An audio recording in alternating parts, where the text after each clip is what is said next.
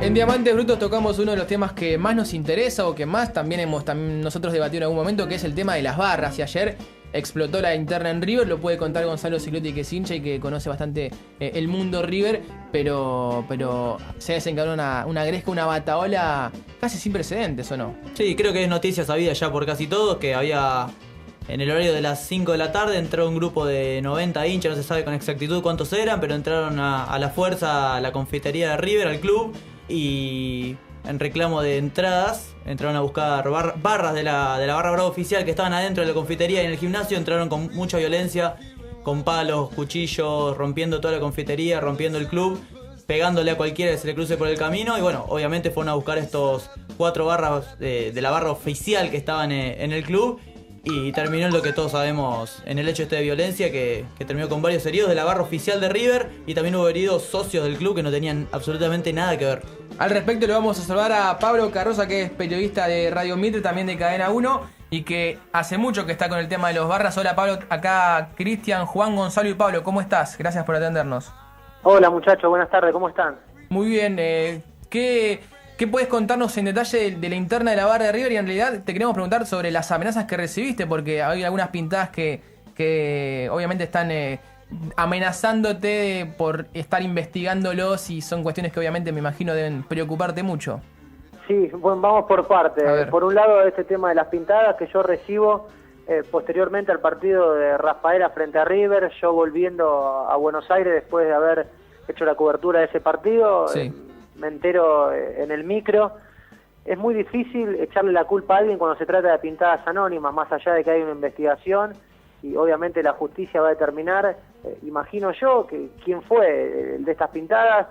Yo acá digo que puede ser un gracioso, que puede ser un dirigente, que puede ser un barra de la facción oficial, de la facción disidente, realmente no lo sé.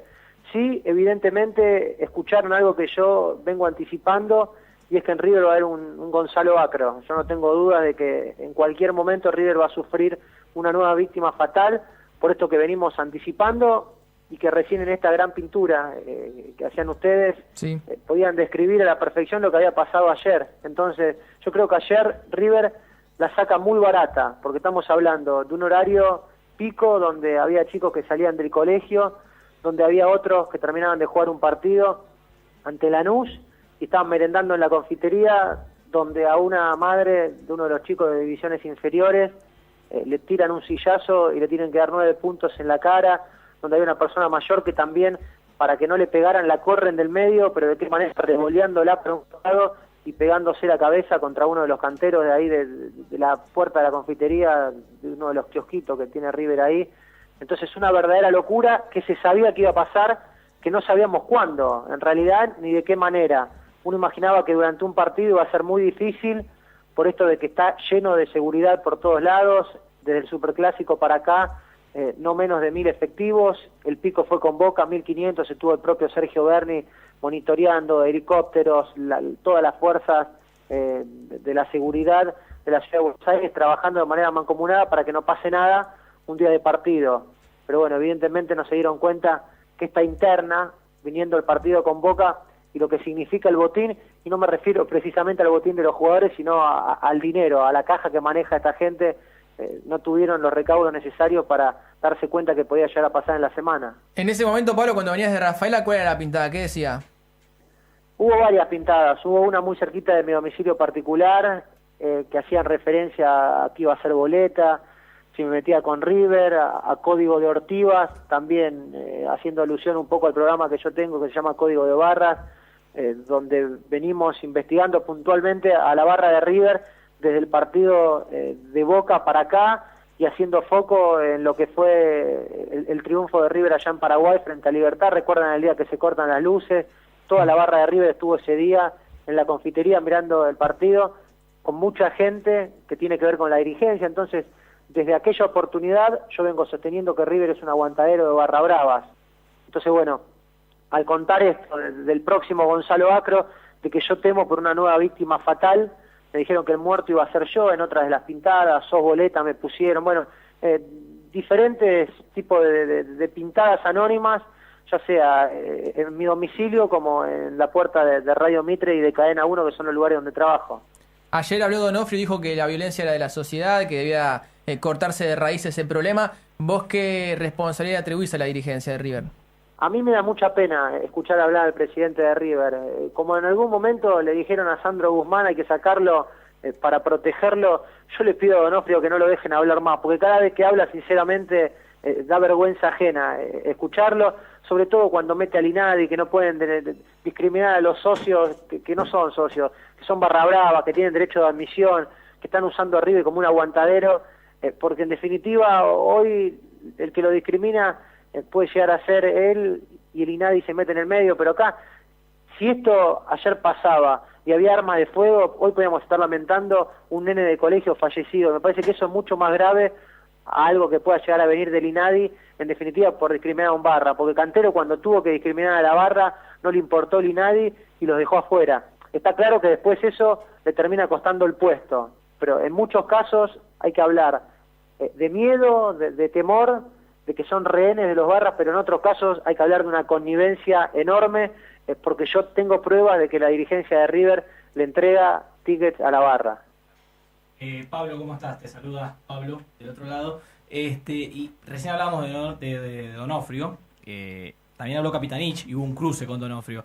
Digo, se patean la pelota entre las dos partes. Vos que sos un especialista en la cuestión, ¿qué podés opinar en este caso y qué podés relacionar tanto de la relación de las barras con el oficialismo como con la oposición? Porque está claro que Donofrio no responde a una entidad oficialista.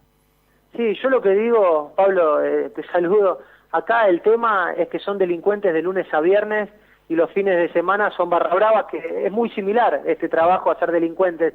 Y yo digo delincuentes y quiere decir que trabajan muchas veces para el poder político, en movilizaciones, en cuestiones vinculadas al sindicalismo, en esto de apretar gente, de cortar marchas, de llevar punteros políticos a vaya uno a saber qué acto. Entonces el vínculo con la política es enorme, si no hay que recordar la bandera de Clarín Miente en el medio de la tribuna de River, y el fiscal Campagnoli tiene escuchas en su poder a Matías Goni, que es el tercero del núcleo de la hinchada de River, diciendo que mientras esté la jefa en el poder nadie los iba a tocar. Está haciendo una clara alusión a la presidenta Cristina Fernández de Kirchner. Entonces la política está muy metida en toda esta historia, y yo lo que entiendo es que por un lado Capitanich le pasa la pelota a la dirigencia de River, que la dirigencia de River le pasa la pelota a la justicia, que la justicia dice que si el policía no lo agarra es imposible que puedan llevar adelante esta investigación, y la policía le dice que lo dejan solos. Entonces evidentemente acá hay que tomar el toro por las astas y dejar de pasarse la pelota de unos con otros, porque el rehén en todo esto es la sociedad, y puntualmente acá es el hincha de fútbol, el que va a la cancha con el hijo, y el que la esposa está del otro lado, esperando, contando las horas y rezando, porque no se sabe si vuelven con vida. Claro. Pablo, buenas tardes, Gonzalo te saluda y te quería preguntar más que nada por qué banca tiene esta barra disidente, la que se puede ver domingo a domingo sobre la Centenario Alta, cómo entran a la cancha, pues generalmente son, no sé números, pero 500, 1000 personas que van. ¿Qué banca tienen? Bueno, ese es un gran problema y me imagino que lo va a tener que determinar la justicia. Sé que hace muchos partidos que no estaban yendo, porque no conseguían entradas, o porque tenían derecho de admisión, o porque había un gran operativo policial. Por eso yo decía que en los últimos partidos que a mí me tocó trabajar, el de Independiente fue donde se hicieron presentes. Sí. Después el de Boca no lo dejaron llegar porque a la altura de Lidoro Quinteros y Libertador, por Monroe, es decir, a 5 o 6 cuadras, para el que no conoce la cancha de River, o un poquito más quizás, ya lo frenaron absolutamente a todos. Entonces acá hay gente que tiene derecho de admisión, que no puede ingresar a un espectáculo de fútbol, que tiene esta restricción judicial para no poder acercarse a no menos de 5 cuadras del estadio. Entonces, ¿cómo entran? Bueno, es una gran pregunta. Me imagino que la fiscal ya está trabajando en eso. Estamos hablando con Pablo Carroza, es periodista de Mitre de Cadena 1 y fue amenazado por la barra de River justamente por denunciarla. Hace un tiempo hablábamos con Gustavo Gravi y nos decía que él, la manera que imagina o que piensa como única para cortar de raíz el tema de los barras es que los hinchas no vayan más a la cancha. Para vos, ¿hay una forma de cortar este problema y cuál es? Sí, yo coincido con Gustavo en lo chiquito, en eso que tiene que ver con esta huelga de hinchas, porque evidentemente si hay un superclásico como el de mañana, con solamente 200 barras, se mueren de hambre los trapitos, se mueren de hambre las parrillas, el merchandising trucho, la reventa. Desde ese lugar coincido. Ahora también entiendo que el que tiene que poner las cartas arriba de la mesa es el poder político, es la dirigencia, son las fuerzas de seguridad, y que el hincha va a alentar a un equipo de manera genuina, que trabaja toda la semana para poder comprar una entrada y que no se le puede pedir absolutamente nada. Entonces, acá hay dos cuestiones. Sí, está claro que lo poco que puede llegar a ser el hincha en todo esto es mañana cuando salga el equipo a aplaudir, y cuando entre la barra con las banderas cantando "Llegan los borrachos del tablón", darle la espalda, silbarlos, insultarlos, porque en definitiva esa es la gente que está arruinando el fútbol, y en este caso River. Sí, Pablo, igual, disculpa que te interrumpa, cuando pasó eso hace 1 año, 2 años atrás, se metieron los borrachos del talón en la platea, me acuerdo, en la San Martín Alta, a pegarle a los mismos socios, y creo que desde ese momento quedó un poco de miedo, si bien creo que ya no tienen el mismo respaldo que tenían antes, pero recuerdo este incidente en la platea de River, que se metían los mismos borrachos del talón a pegarle a los socios que los insultaban. Sí, yo también lo recuerdo, pero esto está cambiando, sobre todo en River.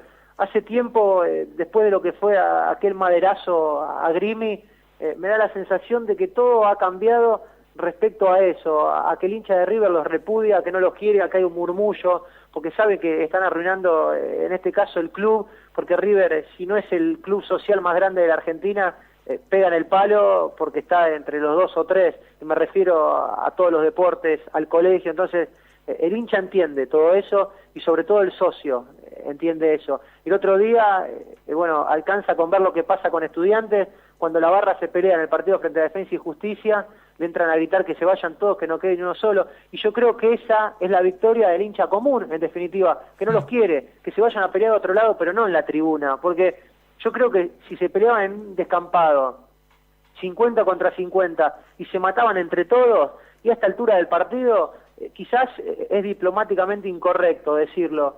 Está mal, sé que está mal, pero bueno, son barras contra barras, son delincuentes contra delincuentes. Acá el problema, y lo que a mí me preocupa, y entiendo que a la sociedad también le preocupa, es que la puede ligar un inocente. El otro día, cuando pasa lo de Almirante Brown, que se matan entre 2 facciones de la barra, que termina con una persona fallecida, hay un nene que iba al jardín de infantes con los abuelos, que se llama Tiziano y tiene 4 años, que le pegan un tiro en una de las piernitas.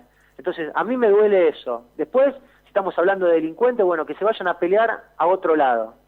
Pablo, buenas tardes, Juan Manuel Lombardero te saluda. Hablabas recién de que puede haber en River un nuevo Gonzalo Acro o un caso similar. Recuerdo también la batalla de los Quinchos, y te quiero preguntar esos vínculos que quedaron y cuál es la vigencia de esta batalla en la pelea actual por la tribuna de River.